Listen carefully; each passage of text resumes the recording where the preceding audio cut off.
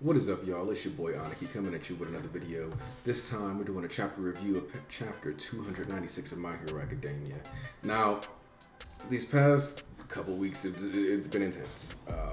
Like the 295 stream went for 6 hours. We've had all these, there was big debate, whatever. I think it's better that we're doing this now. Chapter 296. If you haven't been here before, these reviews tend to be borderline page-by-page breakdowns, but this chapter, this still should be one of the faster reviews I get to do just because of the fact that it's a lot of narration, real quick, straightforward explanations to some things with a little bit of speculative nature added in for good measure. But we start off with this chapter. If you haven't read it yet, leave the video.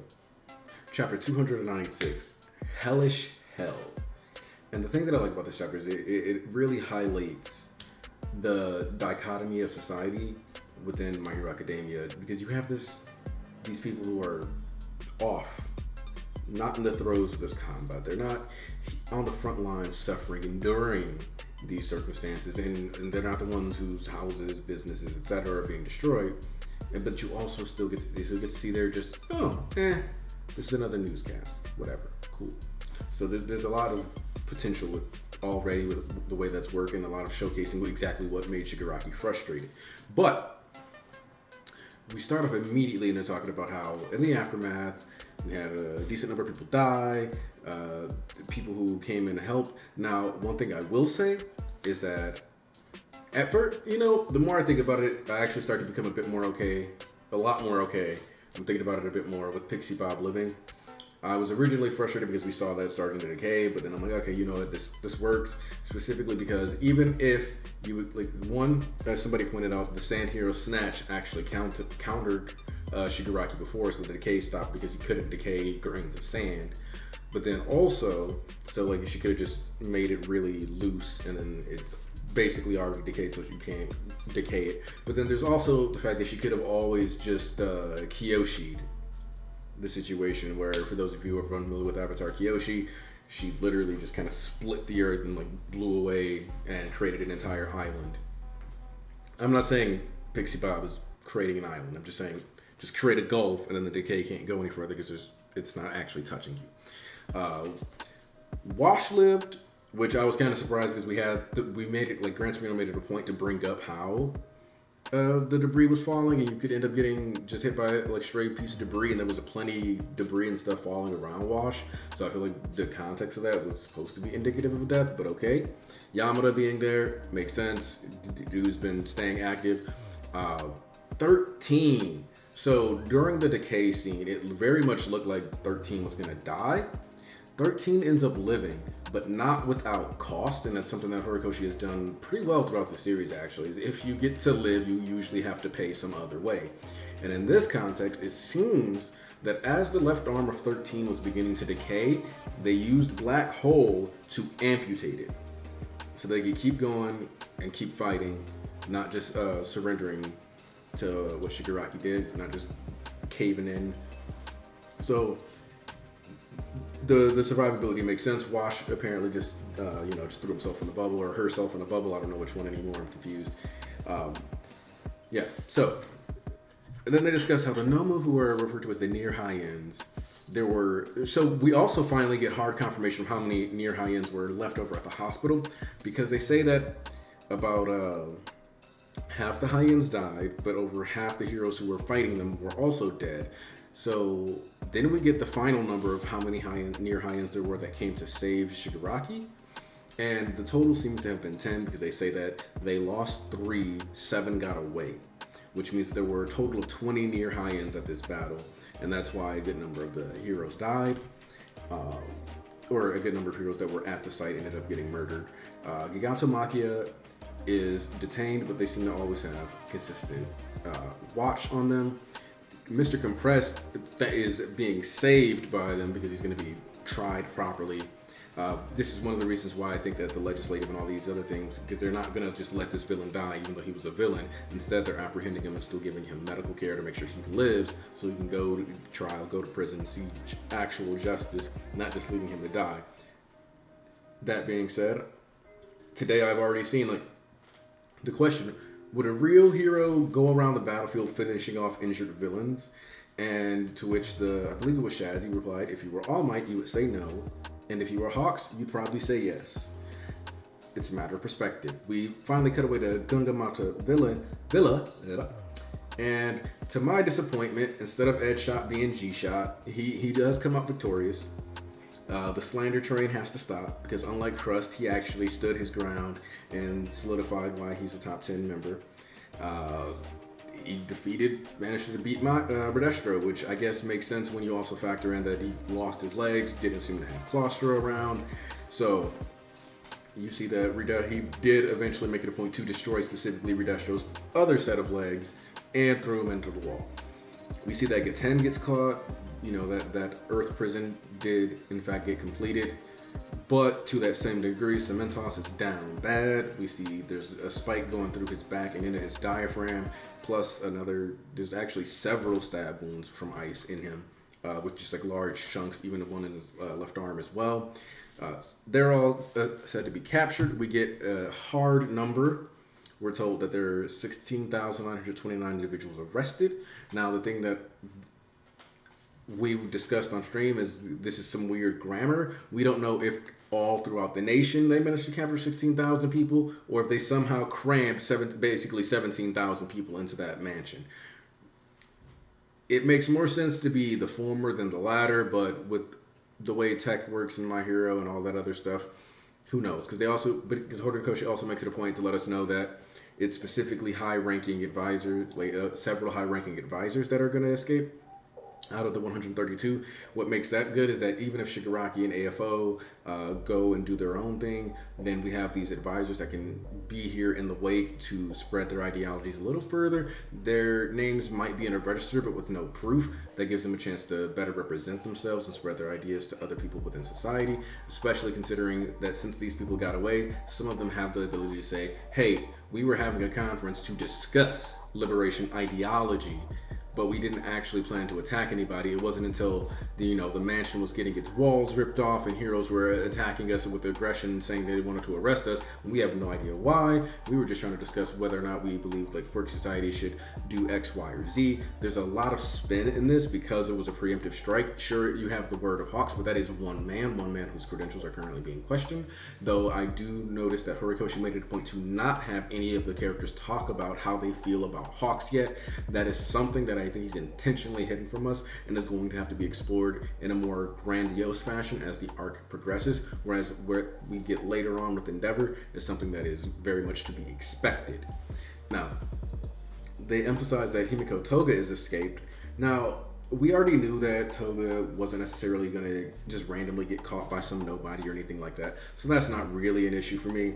It does let us know that Toga, while left behind, does escape, which in of itself is an important aspect, because if she's not caught, that's another big threat out there, and a Toga who's more than likely going to be leaning further into her villainous side and into villainy itself and murder, etc., is going to lean that way. So that's kind of where I'm at. She becomes a major threat just by being out in the streets. We keep going through the story, and then we get to a part where a child has a building on them. The child has accepted death. This is something that's really important, actually, is that the kid is like, hey, like, just get out of here. There's going to be rubble that's going to fall on you. You're going to get injured.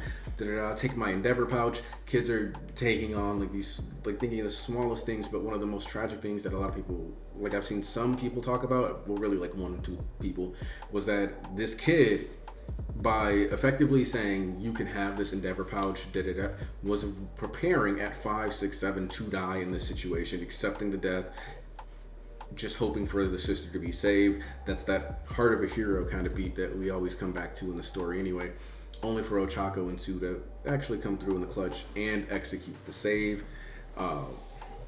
Then they emphasize their fathers, and then what you get here is that Sue goes to take them to the medical center, and around when you get to page 10 to 11, you have Ochako running into another person who's coming out of a building, battered, bleeding, arm is clearly broken, and his priority is to try to have Ochako save his wife. And she does succeed in this, but the cost of these endeavors is that as people are looking around, as they're noticing how many people are in danger, how many people are hurt, how many people are injured. They're becoming disillusioned. Now, not Ochako herself. Ochako has always been thinking about what kind of hero she wants to be. She starts off thinking about the money and progresses into a hero that wants to also look out for the other heroes, because she realizes the strain and the burden placed on heroes and what needs to happen to keep them sane. So, or she's starting to think about these concepts, I should say. And so when Ochako sees, and we get to see this finally, there's a hero and he's standing there looking at all the destruction, looking at the devastation, and he says, I can't take it. This is too much. And as people are screaming for help, children are crying, buildings are falling apart, things are on fire. You get this close up of Ochako looking as scared as Deku did when he got that alert from the first user. And the hero says, I need a new line of work. Ochako asked the question, who saves the heroes when they need saving? And she's seeing in real time the stress, the burden, the very concerns and fears that she had after the overhaul arc once again playing out, but this time in a different way, with a hero giving up because they didn't protect people, because they didn't save anyone. They just they lost. And the question of whether a real hero would give up or not here is a legitimate question. Stain would say no, but I think it's important that one of the things that Horikoshi has kind of done is taken Hero Society and the concept of superheroes, dragged it down from a pedestal, and said we need to look at these people as people, what they really are. The concept of a superhero who is flawless, shows up, saves the day, and makes everyone happy with no regard or concern is a lie. All Might being a person who looked like he was that person, but he was not actually that person. The idea of what makes a superhero in most comics and concepts is that they're in it, like borderline and infallible. Like that's how they're supposed to be perceived. But what Horikoshi is doing is he's saying his characters aren't allowed to see heroes that way anymore. You're not allowed to look at superheroes as these infallible guardians of justice. You need to look at them as people who suffer, people who die, people who bleed, people who get injured, people who are discouraged, people who have insecurities, people who need to figure out where they want to go in life and not overly romanticize this, because this is ultimately a dangerous job. This is your life on the line. This is you going toe to toe with people who want you dead for money, for power, for fame, for freedom, for whatever reason they've decided that you deserve to die. If you don't want smoke, what are you doing in this arena? That is what is being asked here. That is what is being posited. If you were not ready for devastation, did you belong in this situation? And the kids are even in a worse off position because they weren't even prepped for this. They just knew that they had a mission. They weren't told this was going to be a war. They weren't told they might have to deal with near high ends or the League of Villains or an entire army. At least based on what we got, based on what was explained to us, that's not how that went down. So this is all stuff that, like, within one day, they're having to come to terms with, like, this is what it really means to be a hero. This is what it means to be on the front lines. This is what it means to see your people come close to death. This is what it means to see your mentors, like Midnight, like Majestic, die. And I know, like, a lot of people want to meme on the page. One of the things that's important about this is that the way the page is structured, you get Midnight, the character most important to us, the reader, like who should be. Then you get Crust, like as you're reading through here, the number 6 hero, a character that based on hype we should have cared about a lot. You get Majestic, a character that we should care about not because of Hero Society, but because of his impact on Momo, who's a character that we should be invested in.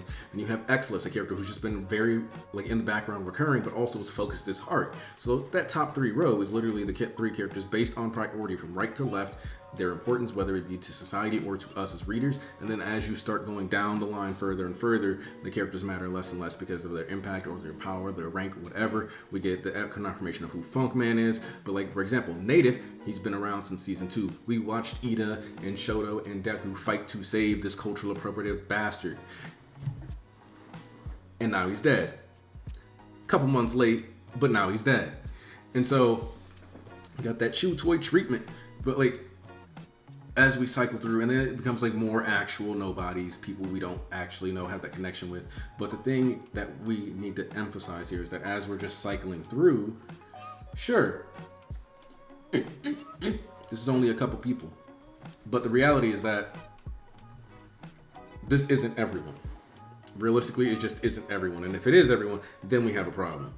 But we don't have final confirmation on whether or not Gran Torino's going to get to live. We don't have confirmation on whether or not Gang Orc is going to live. This isn't even the next day. This is just after Shigaraki left. This is like 5 minutes after Shigaraki left. This is what we know. This is who we know is dead. This is what we're working with. It's important to note that like all the details aren't established yet, and one of the things that happen on pages 16 and later are the things that really drive that point home, because everybody's just, like, you have people who weren't in that 55-mile line with that 2-3 mile stretch gulf just going through, who aren't impacted by that, just sitting there more or less more focused on what Dabi has to say about Endeavor than they are about what's actually happening in society right now. Because yes, sure, a bunch of people just got died, just got injured, but that doesn't matter to me, which is exactly the thing that Shigaraki hates about Hero Society and the bystander effect of humanity, is that because the actual destruction being caused that day is so detached, they can just focus on the Todoroki family drama. Keeping up with the Todorokis being the family drama, this like the plot that we've been following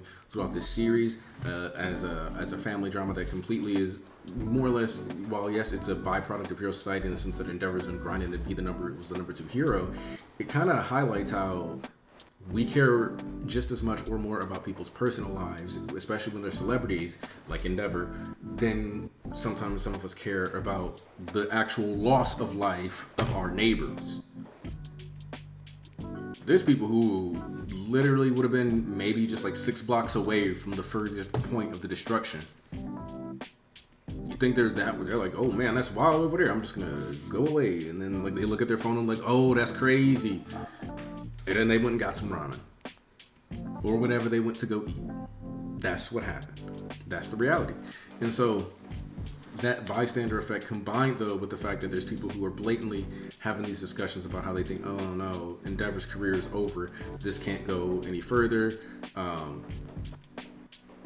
Like the fact that we're touching on Endeavor's career, like the thing that made him go crazy was trying to be the number 1 hero, trying to exceed All Might, only for him to lose even that now that he's the number 1, after he had put so much time into trying to change and be the best hero he could be. And now he's also going to lose that, and where really you can argue that the only thing he's got left is to try to be a good father, but he's already even surrendered that because he's given away being a father or being close to his family in exchange for giving them peace and letting them have their own home. So this prison break arc and whatever is next to come, maybe Endeavor gets to live through the prison break arc. Maybe Endeavor gets to live through that. Maybe.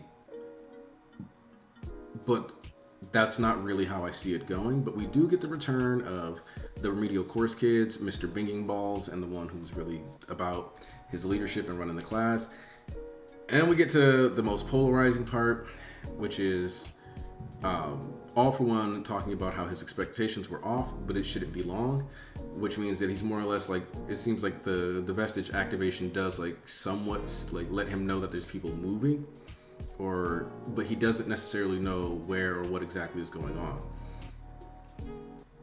Shigaraki, or Vestige for One, as we've been calling him, Vestige for One, asks, how do they assume that there will be a tomorrow, because it is my turn now and my turn will never end?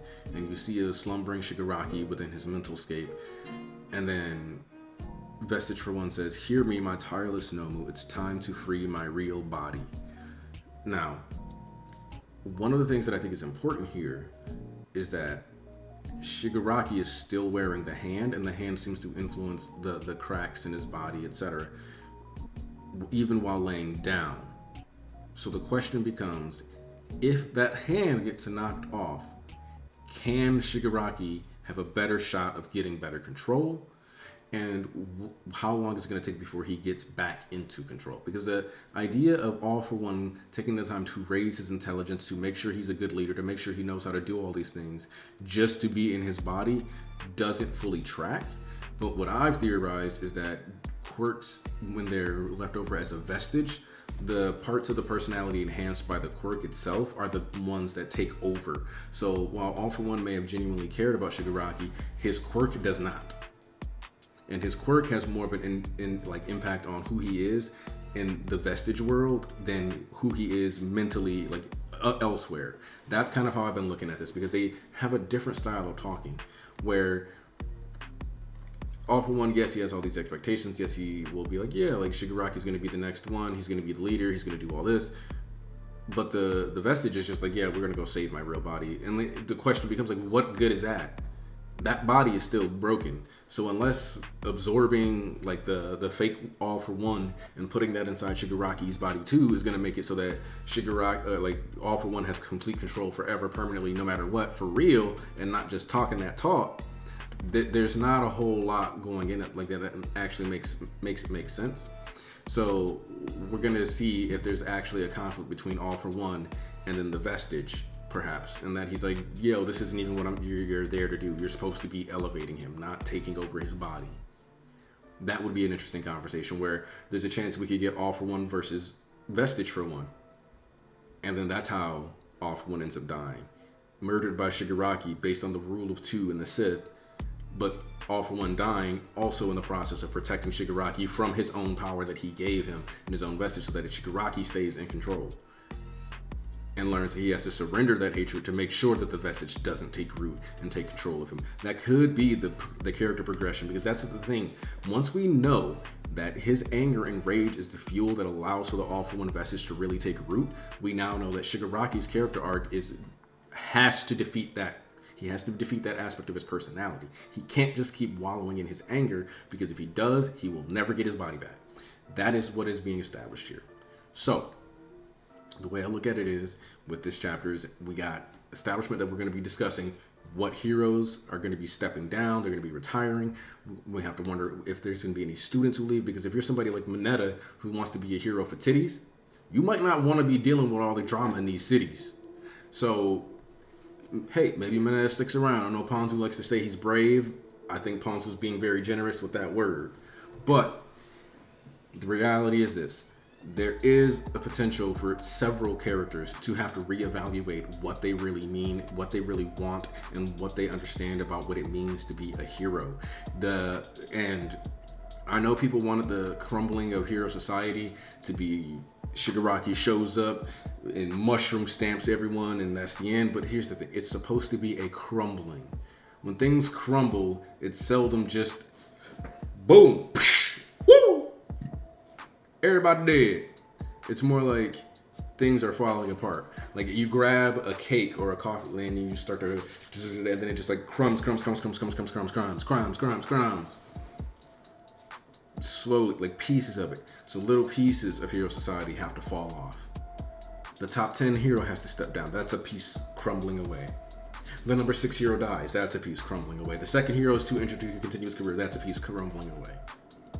Students are resigning. That's a piece crumbling away. Somebody has stepped down. That's a piece crumbling away. People's trust is eroding. That is a piece of this society corroding away. All these small pieces breaking off one by one as these events and these tragedies strike the nation. That is what the crumbling of hero society is. That is what its slow decay is. Piece by piece, slowly pulling out like it's a Jenga tower. That is what Horikoshi is doing with this story. And that is what I appreciate about this, because anybody can just drop a bomb on a place and then be like, well, since the bomb fell, everybody's dead, now I'm in control, I'm the strongest. It takes a lot more to literally corrupt and change the hearts of people and capitalize off of their doubts and insecurities. Because the thing is that when you just destroy things, once the status quo is built back up, once those buildings are back, people kind of forget those scars. When you crumble things away, you leave these lasting effects where you create these small time periods where things are especially unsafe. It keeps these memories in people's hearts. It keeps those doubts. And then it makes for conversations where people have to talk to each other and then they really think about it. And sometimes you get somebody who's going to assuage your thoughts and fears, like the way Big Ball's kid did for the snob. Or you have people like this hero who are like, nah, I gotta go. Or in like previous chat where like how these women were talking about how even since Endeavor was number 2, they felt like there was something shady going on. And now they're like, yeah, see, it turns out he was an abuser. Some of these people have been waiting for a chance to slander Endeavor. And that's the other thing, is that a lot of people don't realize that these people are sitting here the same way that people on Annie Twitter are waiting to have anything to complain about in an arc or a chapter or whatever. It's the same energy being applied to certain heroes. Like, oh, your favorite hero was Best Genius? Oh man, Endeavor's number 1. I'm gonna be a hater real quick. just little stuff like that. These little petty intricacies within humanity will be the undoing of everything. And that is why I am satisfied with what seems to be becoming the end of the Paranormal Liberation War arc. And that's why I'm looking forward to what this prison break is going to bring, because if All for One or Vestige for One is being literal here, he's going to take a little nap, the sun's going to rise, and he's going to go pull up on Tartarus. He might even be able to just teleport himself in if he's still got the gunk quirk. And then if Tartarus gets destroyed, where do you even keep half these villains? The legislative, the legal process, the litigations, the talking about people, how do you actually try some of these people? You have no proof of some of their crimes. Some of them you showed up and blitzed. For all you know, they were running away because they had no idea they were going to be standing in a building that got ripped apart, and you can't prove that that's what their goal was. All you know is that they were there. And there's going to be people in the jury in the table that's like, you know, even if I don't agree with what some of their leaders were talking about, some of these individuals on a smaller level, they're kind of right. I want the right to protect myself, especially since the heroes disappeared anyway and didn't stop a 55-mile gulch from forming in the country.